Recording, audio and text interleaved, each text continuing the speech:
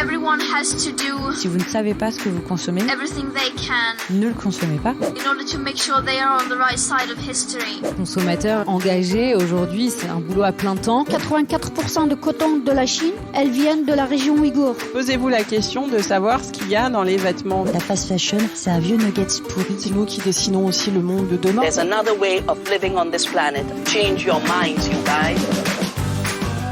Bienvenue dans Nouveau Modèle, le podcast sur la mode responsable et engagée.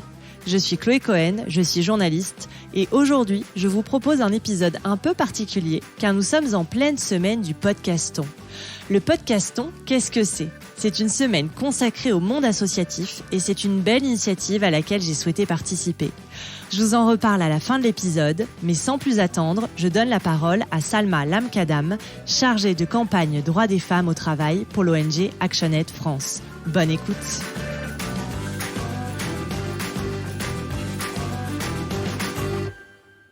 Bonjour Salma. Bonjour Chloé. Merci beaucoup d'avoir accepté cette invitation pour cet épisode un peu spécial. Alors peut-être qu'en introduction, tu pourrais nous rappeler très rapidement ton parcours parce que j'ai rapidement vu qu'en fait, depuis le départ, tu as travaillé pour défendre les droits des femmes, alors pour différentes entités. Mais est-ce que tu peux nous retracer un peu ce parcours engagé ? Alors, souvent quand on me pose la question de mon parcours, je dis souvent que je viens des milieux ou du milieu féministe. Je sais pas trop ce que ça veut dire ou ce que ça recoupe exactement. Mais en tout cas, pour préciser, je suis arrivée en France il y a 12 ans, donc du Maroc, d'où je suis originaire. Je suis arrivée pour faire des études de genre en France, une trajectoire d'immigration assez classique. Et suite à quoi, j'ai été embauchée, j'avais un petit taf administratif dans une association historique du féminisme qui s'appelle le Planning Familial. Donc je travaillais dans l'antenne du Val-de-Marne où j'avais un petit travail de secrétariat à la base. Donc c'était très intéressant. J'y ai appris vraiment pas mal de choses. J'ai appris à faire des demandes de sub, à faire des refacturations, des petites choses comme ça. Mais j'ai surtout vu passer des jeunes femmes qui venaient pour des IVG, des nanas qui venaient pour demander une contraception, pour parler de situations de violence, etc. J'y ai trouvé des copines. J'y ai trouvé de la solidarité entre femmes, des liens avec des femmes en général. Et j'y ai surtout appris, je pense, pour répondre à la question du parcours, que en fait, je pouvais m'autoriser à avoir un travail qui avait du sens pour moi. Et ça a façonné le reste de mon parcours.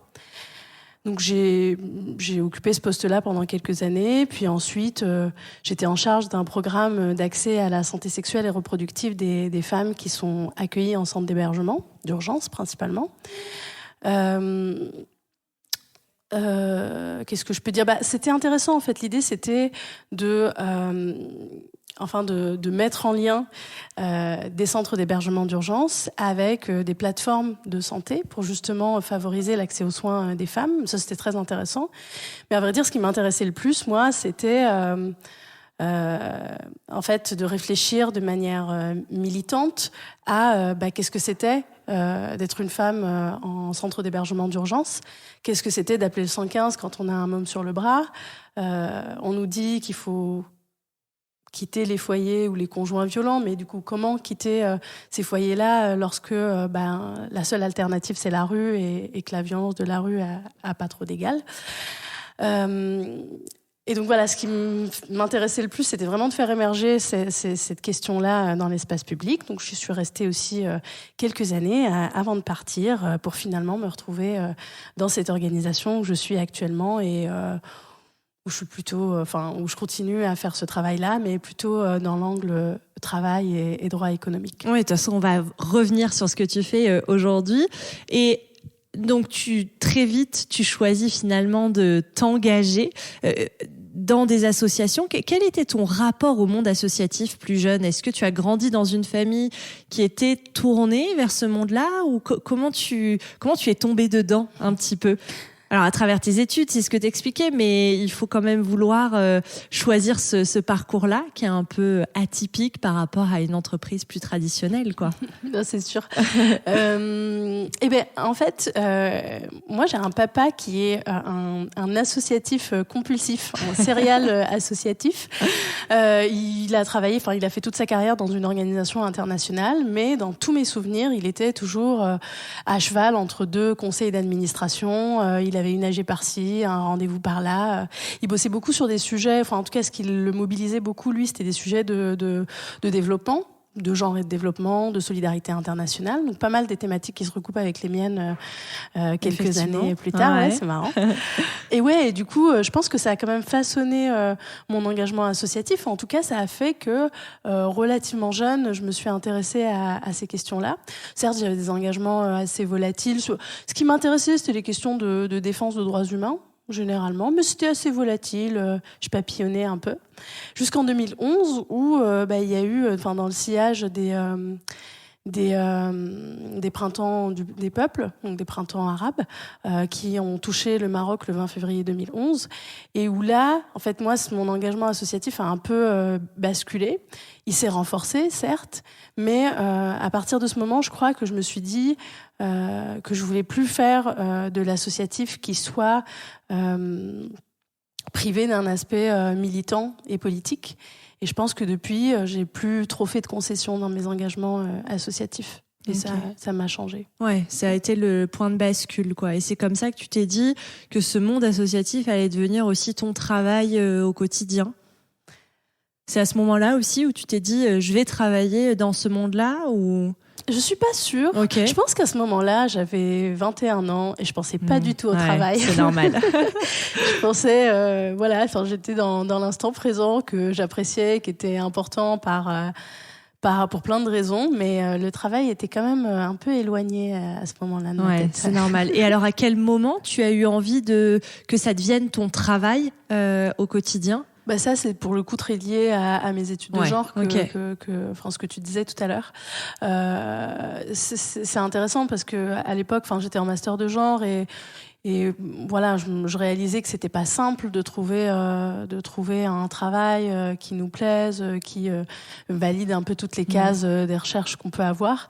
Mais à ce moment-là, j'étais en temps partiel au planning et je savais que ça ne pouvait que être là et pas ailleurs. Ouais, tu te sentais à ta place dans ce milieu-là, quoi. Exactement. Okay. Après, j'ai pas connu le monde de l'entreprise du tout. Donc j'ai eu des échos. Je sais que ça existe, on m'en a parlé.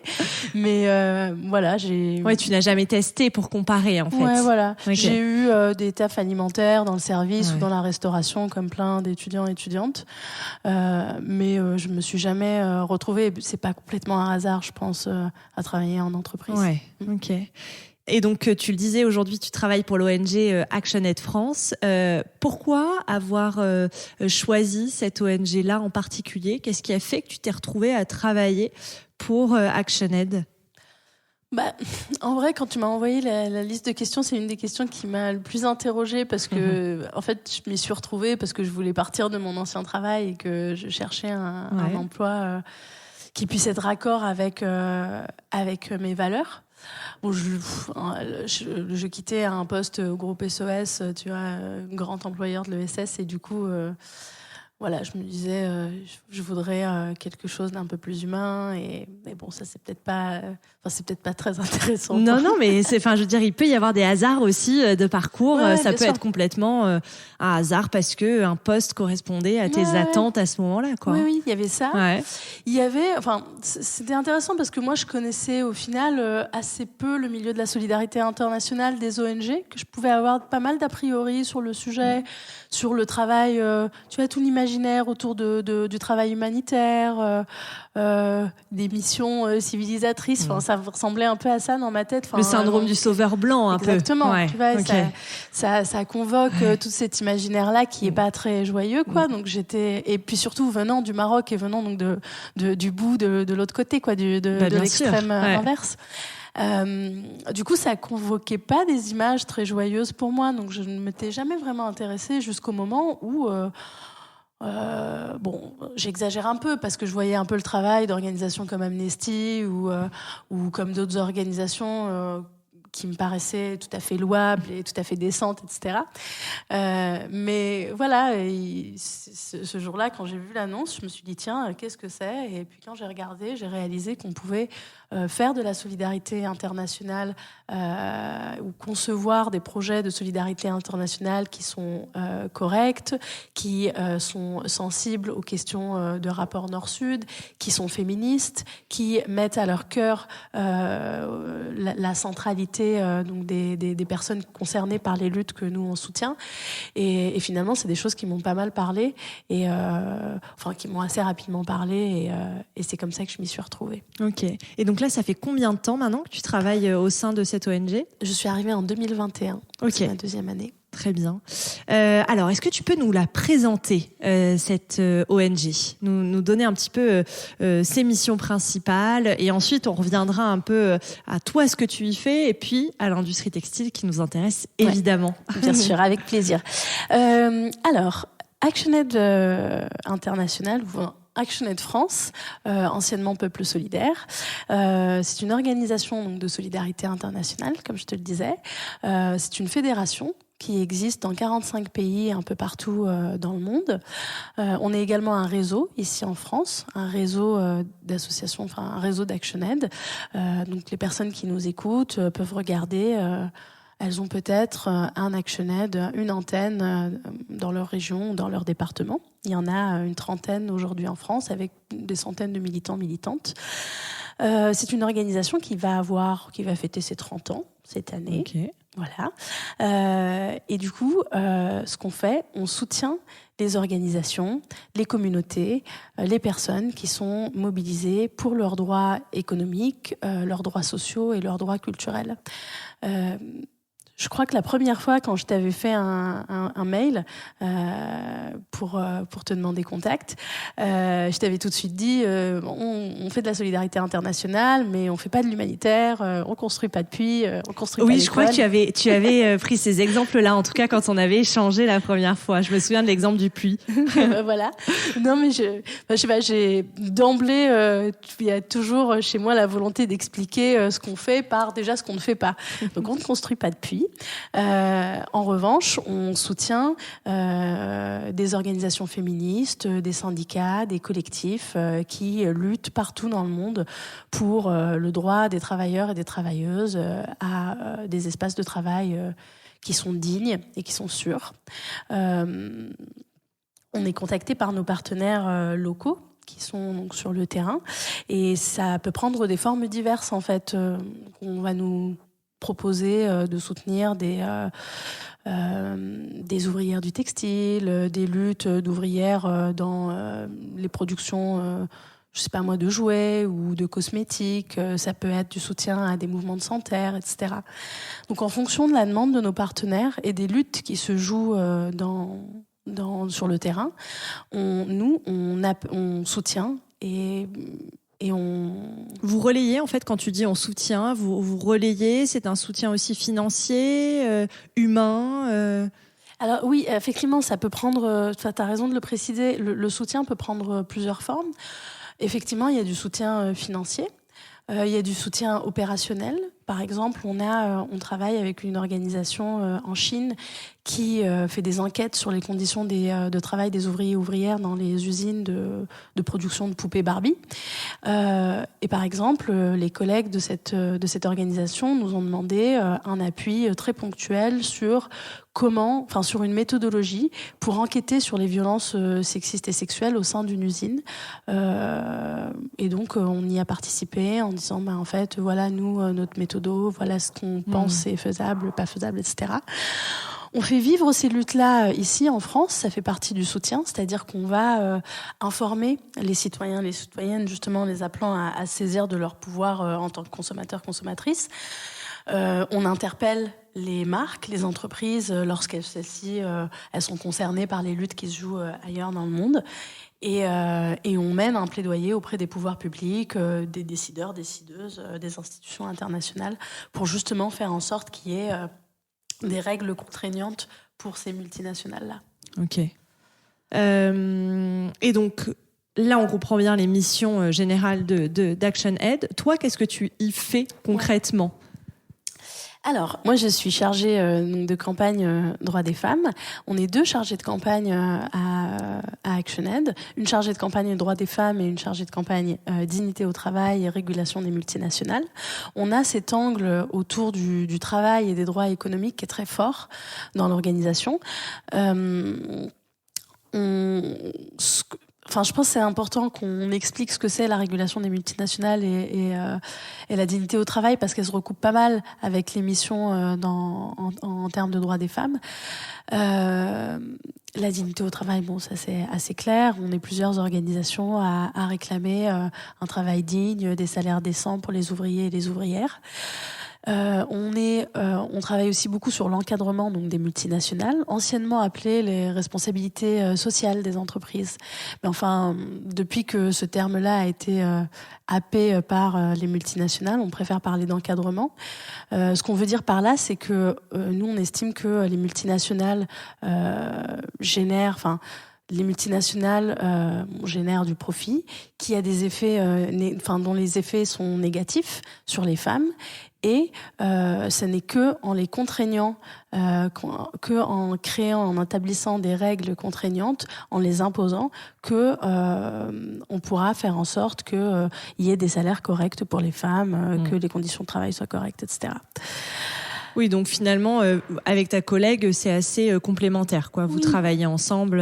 Ouais. Alors Okay. ma collègue travaille beaucoup. Enfin, on est une organisation féministe, donc elle travaille avec un angle droit des femmes et un angle genre, une approche genre pour évoquer ces questions de dignité au travail.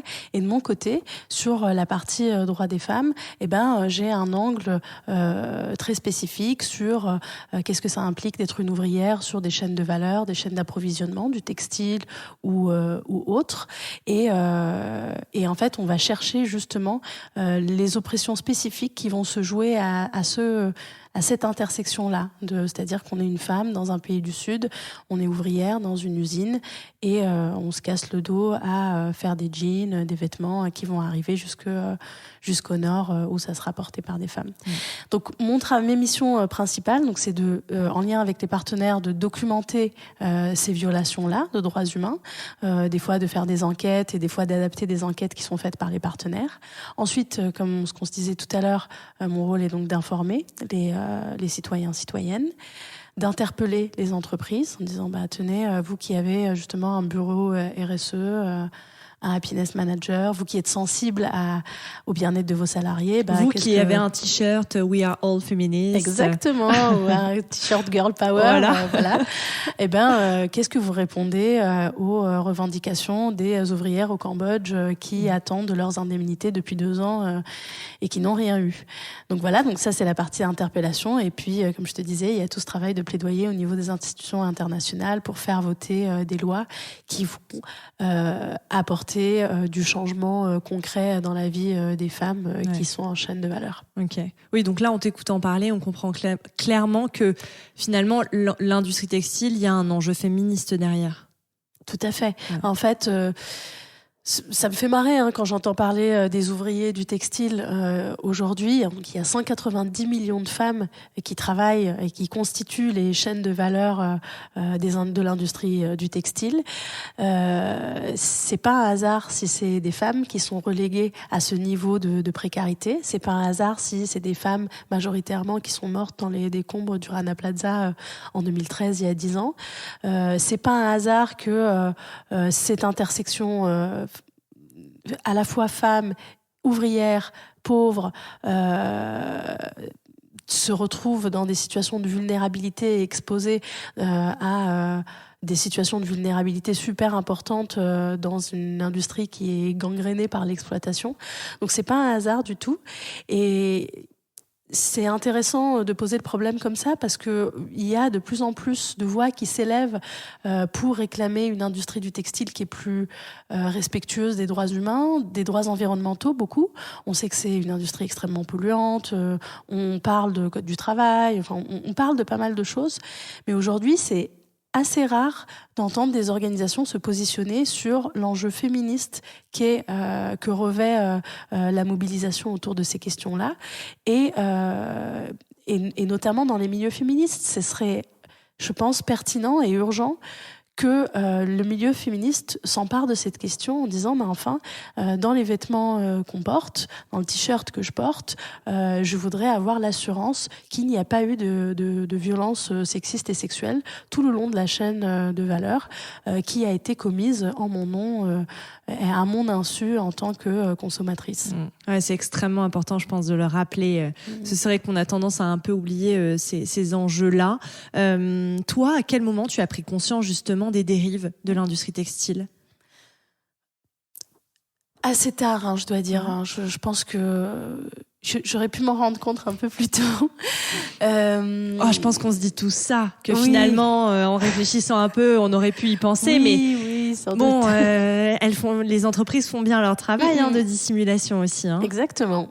Écoute, je pense déjà, je suis fière de loin parce que au Maroc, plus jeune, quand on était gosse, quand on tombait sur un t-shirt made in Morocco, c'était plutôt une fierté, quoi. On avait, tu avais le nom de ton pays identifié dans cette chaîne du commerce international tout à fait fantasmée dans ma tête. Bon, alors j'en suis revenue de ça, mais ouais, je pense que bien sûr, comme tout le monde, il y a eu le cataclysme de 2013 de l'effondrement du Rana Plaza, donc cet immeuble de 8 étages, symbole de la mondialisation, qui abritait 6 usines en tout, plein d'ateliers de confection, des entreprises internationales, donc Primark, Benetton, Auchan, toutes représentées dans un seul et même endroit et qui un jour s'effondre et qui tuera 1200 femmes, 1200 ouvriers et ouvrières et plus de 2500 et fera plus de 2500 personnes blessées.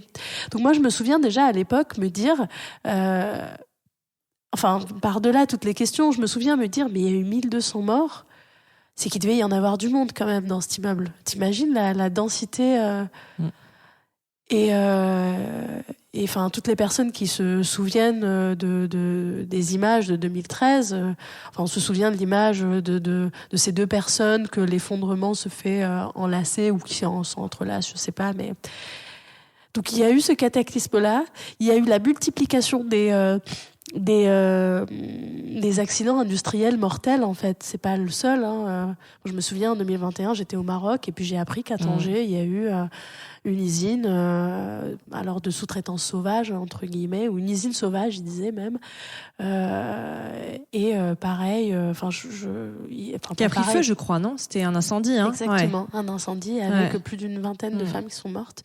Des femmes qui travaillaient donc dans cette usine. On a appris par ailleurs que le contremaître ou le propriétaire de l'usine fermait à clé et que si la porte n'était pas fermée, elles auraient pu être encore vivantes, quoi. Donc il y a eu la multiplication de ces accidents-là. Et puis pour être tout à fait sincère, certes, il y a l'industrie du textile, mais moi je pense que des dérives sociales et environnementales des entreprises, ça, il suffit de développer une analyse un peu anticapitaliste, quoi, du monde, et on se rend compte en fait que les entreprises génèrent du profit sur la vie des gens, sur l'exploitation des gens, sur la santé des gens. Et voilà, donc c'est à peu près ça le cheminement qui m'a emmenée assez tardivement, mais finalement j'y suis. C'est ce que j'allais dire, mieux vaut tard que jamais. Chacun prend le temps qu'il lui faut pour réaliser l'ampleur des dégâts, mais en tout cas, tu en as pris conscience. Aujourd'hui, c'est un peu ton quotidien quand même.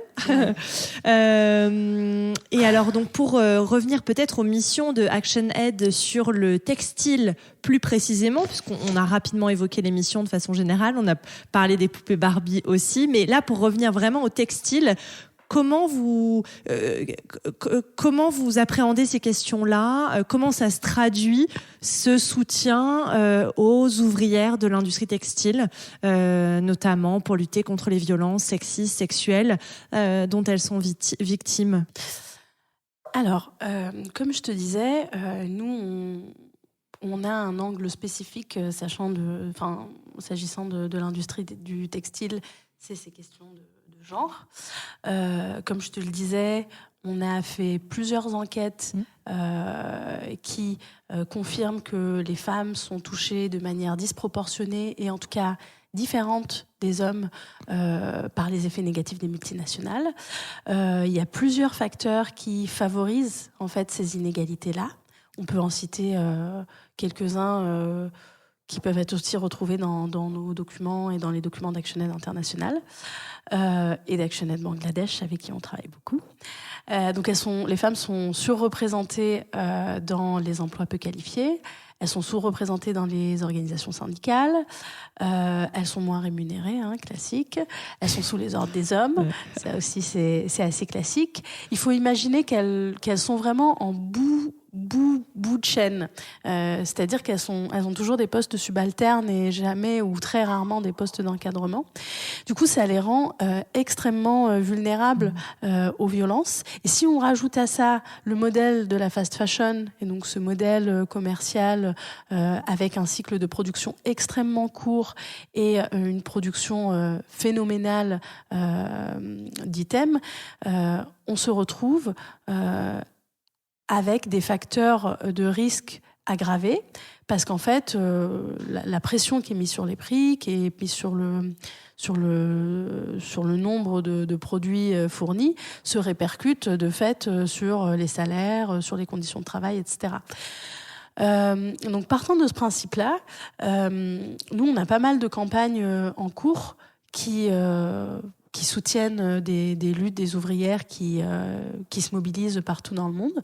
J'ai cité le Cambodge tout à l'heure, donc je veux bien y rester encore quelques minutes. En mai 2020, au Cambodge, comme dans plein d'autres pays, les entreprises se sont confinées et donc elles ont annulé ou différé vraiment pour des millions d'euros de commandes, de dollars de commandes de vêtements. Ce que ça a eu comme répercussion concrète, c'est que du jour au lendemain, des entreprises, des usines ont fermé, ont baissé les rideaux, sans payer ni d'indemnité, ni de salaire, dans certains cas, aux ouvrières. C'est le cas d'une entreprise qui s'appelle Violet Apparel au Cambodge, qui a fermé donc du jour au lendemain. Dans cette entreprise, il y avait des ateliers de confection pour Nike. Alors on ne sait pas exactement quels vêtements étaient produits, mais en tout cas on sait que c'est pas des chaussures, on sait que c'est des vêtements. Et donc en juillet 2020, il y a eu 1280 ouvrières qui ont été mises à la porte sans aucune forme d'indemnité. Et depuis, ces ouvrières-là se mobilisent. Il faut savoir que le Cambodge, c'est un pays où il y a beaucoup de syndicalisme. Donc elles sont très mobilisées, très engagées et très accompagnées. Et elles réclament les 2 mois d'indemnité qu'elles n'ont pas perçus.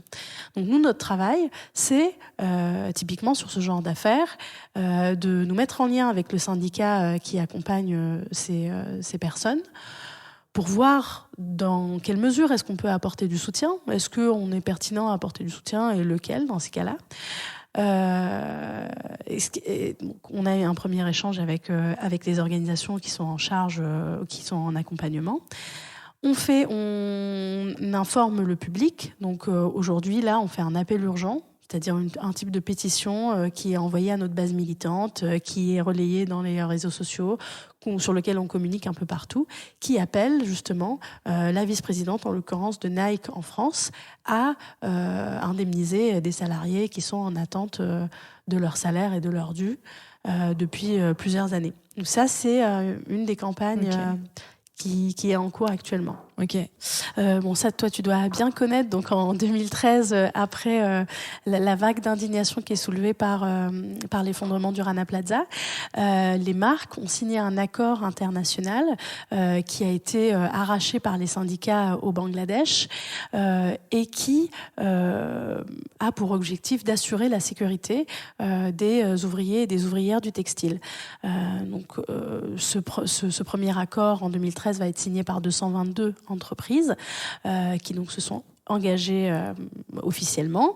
C'est plutôt une bonne nouvelle parce que ça voulait dire qu'il allait y avoir des contrôles, des formations, qu'il allait y avoir des mécanismes de signalement et d'alerte en cas de défaillance, etc.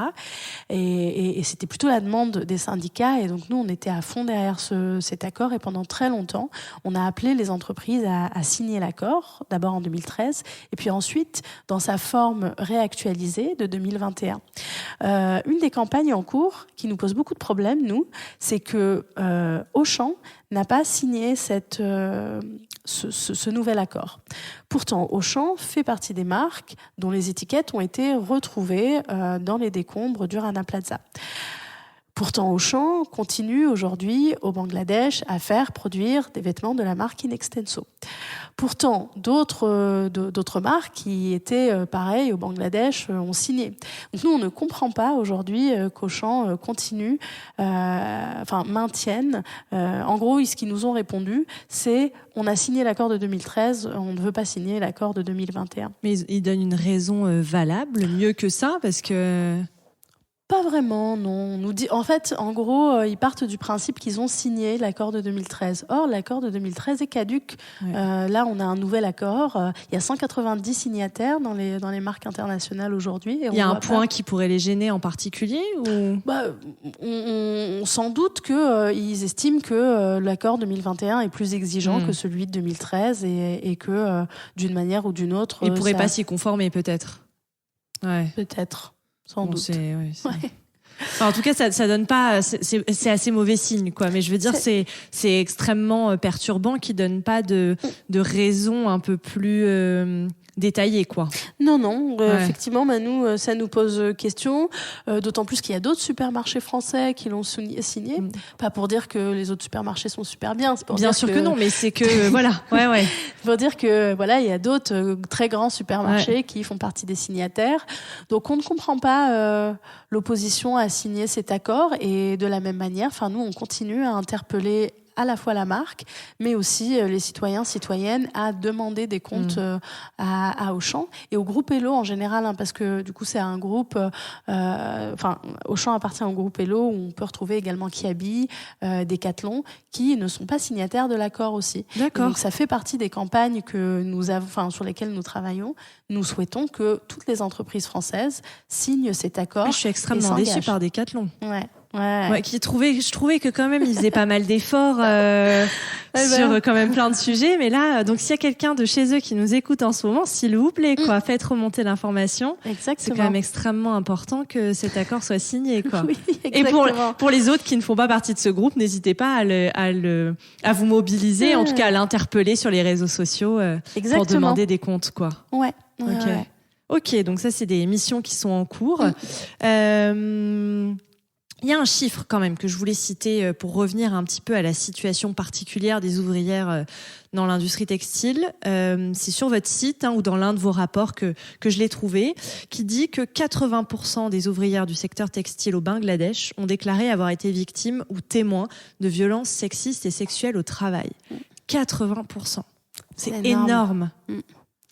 C'est énorme. Pourtant, c'est des chiffres qu'on retrouve dans d'autres pays, dans d'autres usines, et du coup, qui sont faramineux et qui donnent un peu la mesure de toute cette violence cachée qu'on ne voit pas parce qu'elle se passe sous d'autres cieux, que c'est des personnes que nous ne connaissons pas, mais qui existent et en fait qui fait partie de notre quotidien à partir du moment où on la valide par j'allais dire des choix de consommation, mais c'est pas réellement des choix de consommation, c'est une consommation qui est imposée et qui est la seule qui existe. Mais oui, effectivement, ça fait un peu, ça donne le tournis. Ouais, un petit peu. Ouais. Et ça, sur ce sujet-là, comment vous accompagnez, par exemple, ActionAid Bangladesh, qui, je crois, travaille aussi sur toutes ces questions-là, quoi.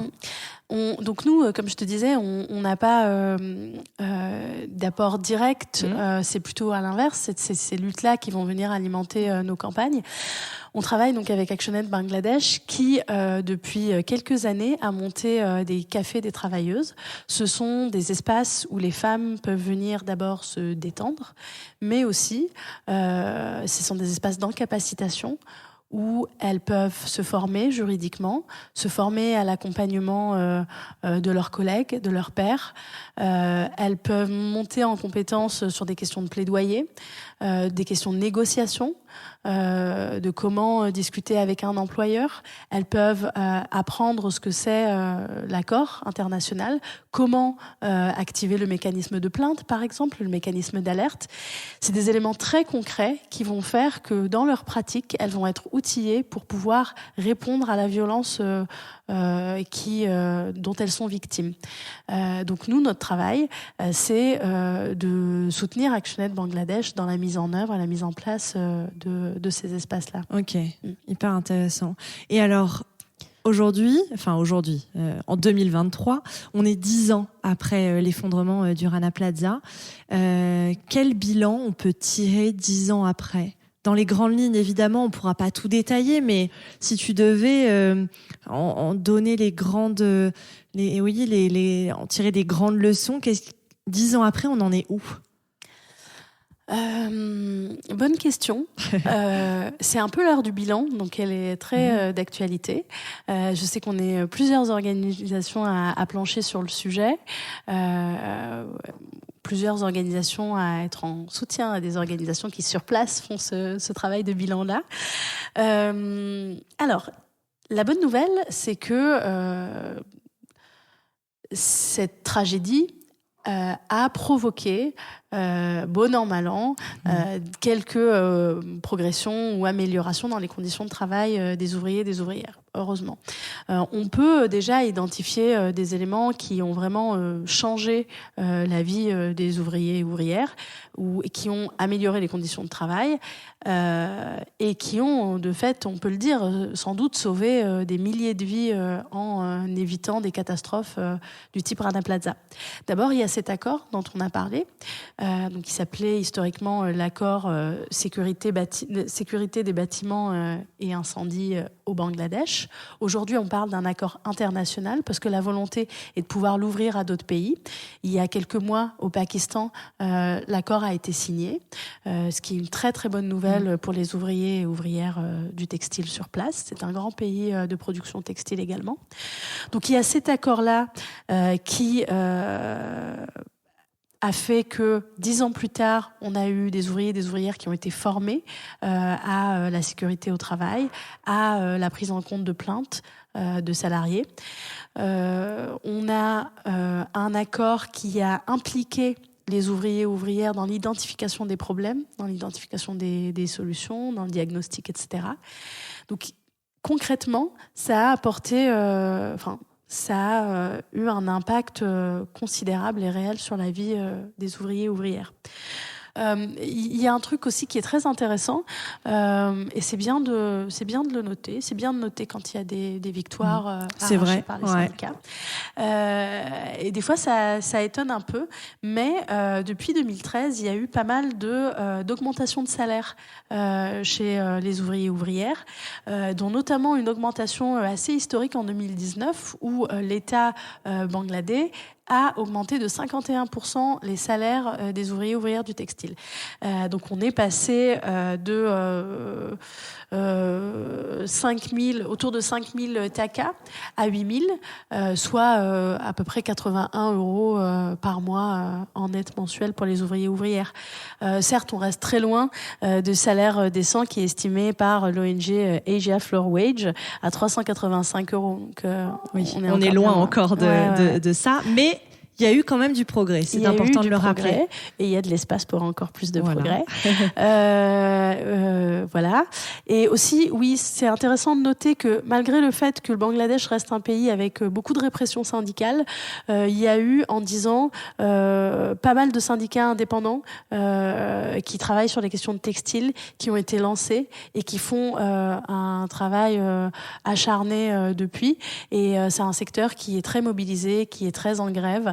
Et on voit régulièrement des images de manifestations autour de séquences internationales type le 1er mai. On a même vu des super images d'un syndicat du textile au Bangladesh mener une manif de soutien aux personnes, aux Français dans leur lutte contre la réforme des retraites. Donc voilà, on est sur un secteur qui est très mobilisé et qui suit pas mal l'actualité internationale. Ok, bon bah c'est bien. Au moins ça veut dire que sur ça aussi il y a eu progrès. Voilà. Ok, mais j'imagine qu'il reste encore beaucoup de choses à faire. C'est ça en fait.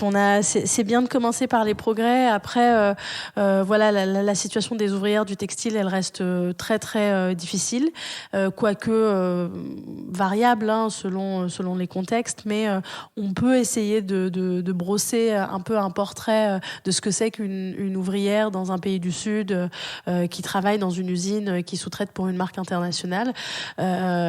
C'est des personnes jeunes, souvent, ont 18, 30 ans, parce que c'est un métier trop physique, trop éprouvant pour le faire toute la vie.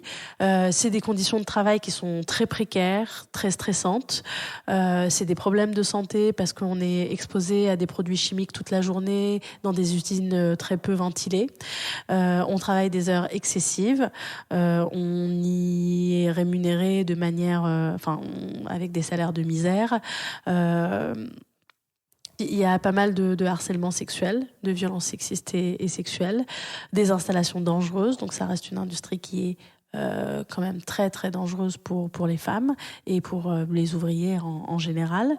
L'absence de protection sociale, l'absence de syndicats qui sont qui ont suffisamment les moyens pour accompagner véritablement les personnes. Donc voilà, le portrait est loin d'être... d'être quand même sombre, quoi. Exactement. Ouais. Malgré les petites avancées à droite à gauche. Exactement. Ouais. Ok, donc on va continuer la mobilisation. Exactement. Toi, est-ce que tu as des campagnes sur lesquelles tu vas travailler dans les prochains mois, autour du textile ou pas d'ailleurs, mais de façon générale ? Alors sur le textile, on continue à mener. En fait, nous, on a fait partie de la coalition qui avait porté la question du devoir de vigilance et l'adoption du devoir de vigilance comme loi en France.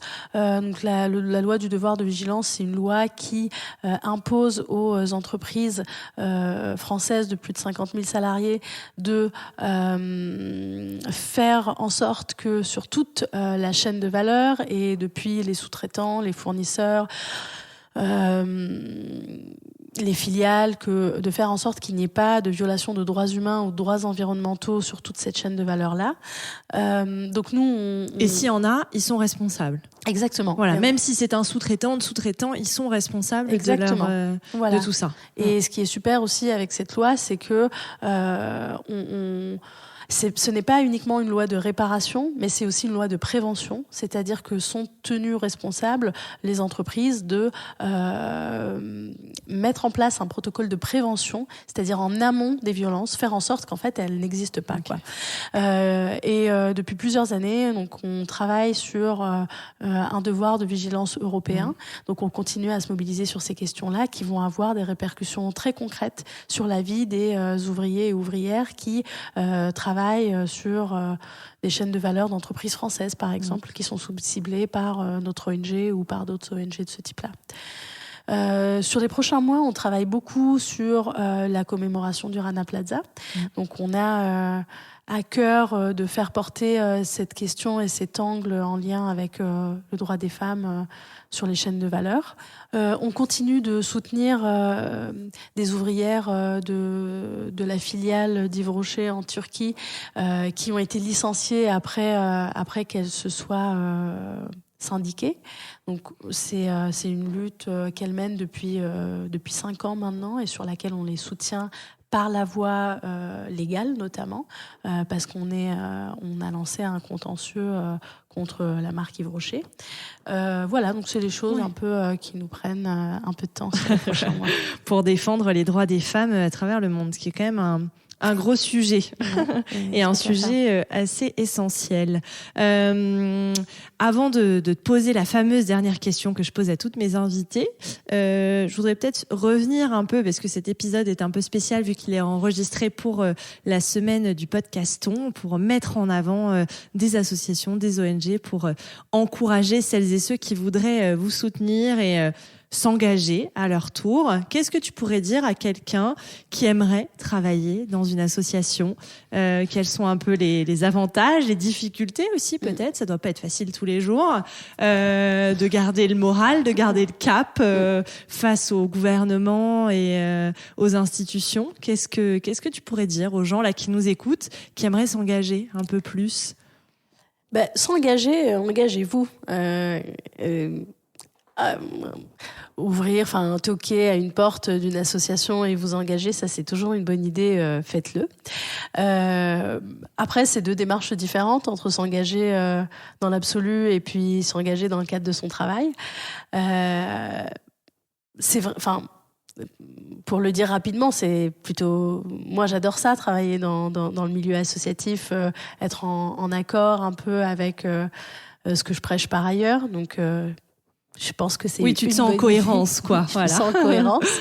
Après, il faut aussi prendre en compte le fait que... avoir un métier qui nous plaît, c'est aussi des fois, souvent, ne pas trop compter ses heures, avoir une disponibilité très importante pour son travail. Donc, si vous avez en tête de travailler dans l'associatif, mettez-vous en tête quand même qu'il faut se mettre des petites limites, les définir de manière précise et essayer de pas trop les dépasser. Comme tout travail, je conseille à tout le monde de se syndiquer parce que on peut rencontrer des gens super intéressants, parce qu'on peut se faire accompagner, parce que ça crée un rapport de force avec le patronat. Dans tous les cas, c'est une bonne idée, faites-le. Après, il y a quelques difficultés, bien sûr. Moi, ça fait quelques années maintenant que je bosse dans l'associatif et je réalise que les enveloppes budgétaires sont rapetissent de plus en plus. Il y a de moins en moins de financement. Les financements sont de plus en plus durs à aller chercher.